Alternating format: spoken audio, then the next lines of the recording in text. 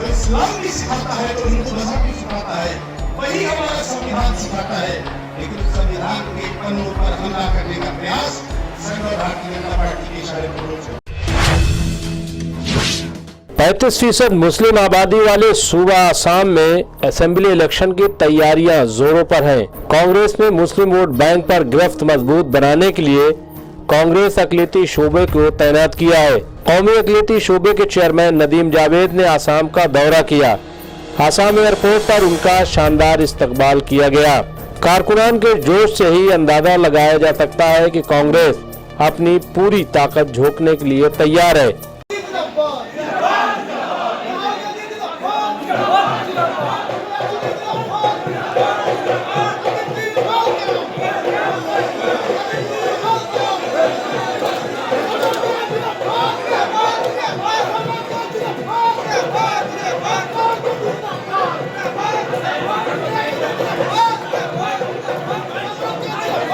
नदीम जावेद का होटल पहुंचने पर भी शानदार खैर मकदम किया गया।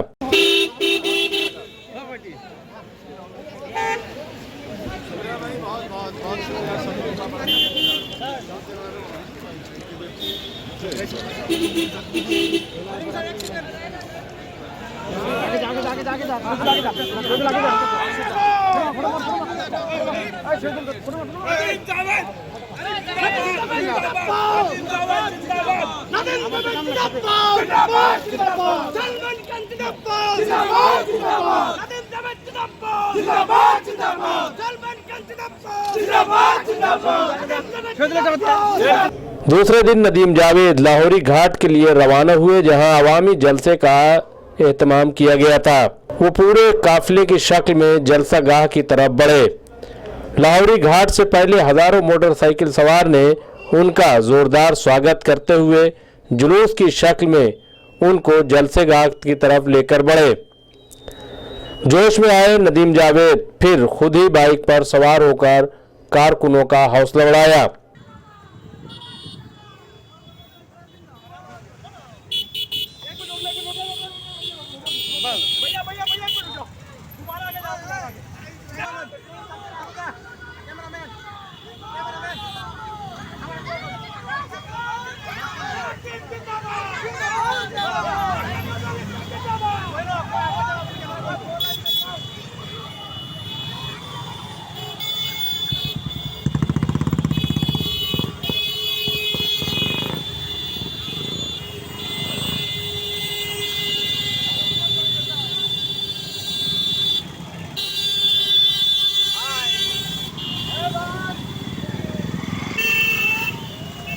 जलसेगाह पहुंचकर उन्होंने कांग्रेस लीडरान के साथ अपनी ताकत का भी मुजाहरा किया। हकलो, लोहरी घाट, बखिलोई, मैं मोर आंतरिक अभिनंदन जनालू। आसाम बड़ी तारीखी सरजमीन है और आसाम के लोगों की और आसाम के अवाम की और आसाम के बुजुर्गों की जब चर्चा होती है और उनकी कुर्बानियों की जब बात होती है तो आसाम का नाम स्टेज पर सबसे सम्मान के साथ और सबसे आगे लिया जाता है। और याद करिए, हिंदुस्तान में जो नंबर 1 पोजीशन है वो सदर जमहूरिया की होती है, वो राष्ट्रपति की होती है। फखरुद्दीन अली अहमद साहब इसी रियासत के रहने वाले थे, हिंदुस्तान के सदर जमहूरिया बने, पूरे हिंदुस्तान के अंदर और दुनिया के अंदर उन्होंने नाम हासिल किया। कहते हैं जो जुबान है, जो भाषा है, जो गाने हैं, जो सॉन्ग है, जो शायरी और अदब है, वो हिंदुस्तान की आवाम को, राज्य की आवाम को ताकत देने का काम करता है। अगर मैं इस मंच से भूपेन हजारिका की बात नहीं करूंगा तो बात अधूरी रह जाएगी। केवल आसाम के नहीं थे, पूरे देश के थे, इसीलिए उनको भारत रत्न मिला था और उनका नाम पूरे सम्मान के साथ लिया जाता है।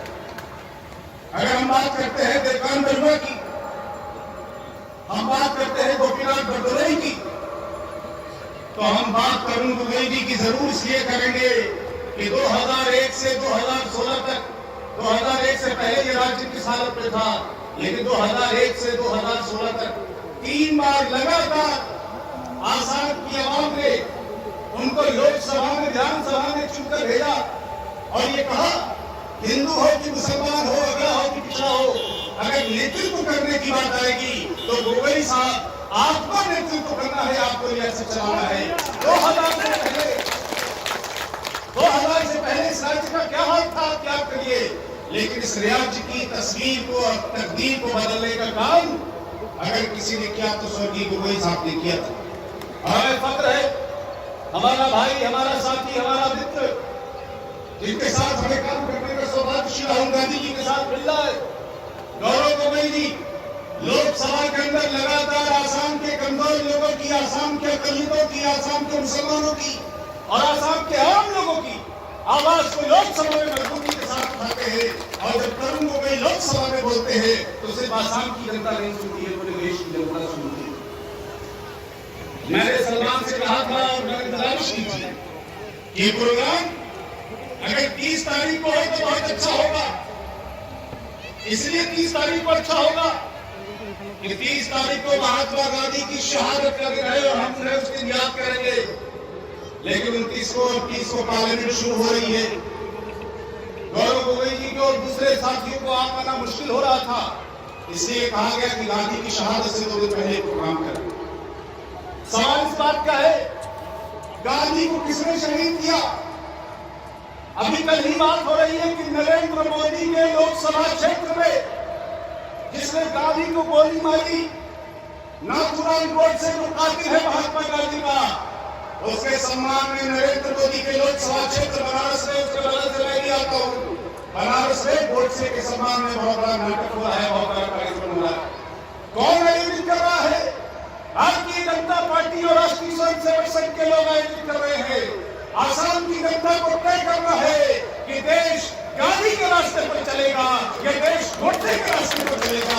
जाने वाले विधानसभा के चुनाव में फैसला होगा और उम्मीद करते हैं आने वाले विधानसभा के चुनाव में जो फैसला होगा वो तिरंगे के साथ होगा, गांधी के विचारों के साथ होगा, गांधी के कातिलों के खिलाफ।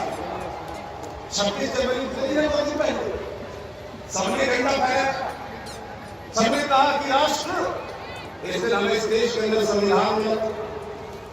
लेकिन पिछले 6 सालों से राष्ट्रीय स्तर पर और राज्य के स्तर पर उसी संविधान का जो प्रमुख पन्ना है, उसकी प्रस्तावना है, जिसमें लिखा हुआ है कि समाजवाद होगा, जिसमें लिखा हुआ है समानता होगी, जिसमें लिखा हुआ है धर्मनिरपेक्षता होगी।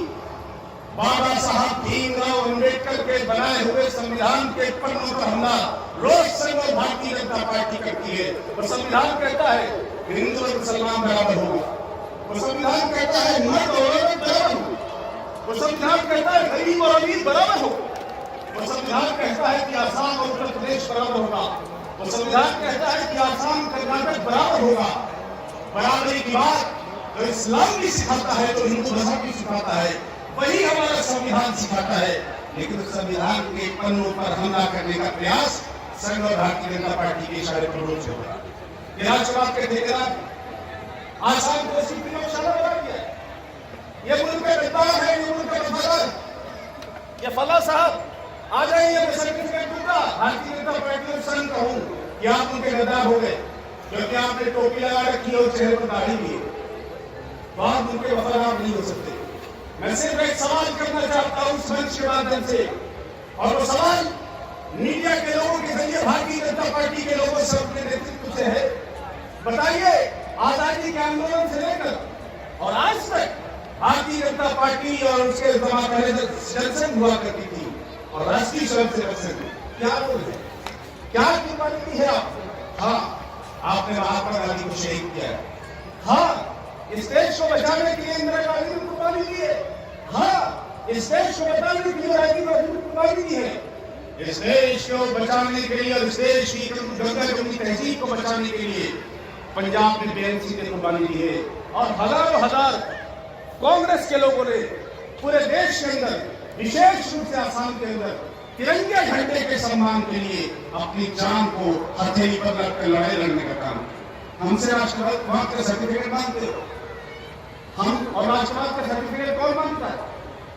भारत सरकार के गृह मंत्री है। कल सुरजेवाला ने सवाल किया कि इनका इस्तीफा होना चाहिए। मैंने कहा इस्तीफा नहीं होना चाहिए, इनको तो एक नया मंत्रालय दिया जाना चाहिए। मदीन बनाए करोगे फिरका परस्ती, रथ यात्रा और फसाद, एक मंत्रालय इजाद कर दो। देश में दंगा कैसे हो, देश में फसाद कैसे हो, देश में नफरत कैसे हो, आसाम में हिंदू और मुसलमान को कैसे लड़ा दिया जाए।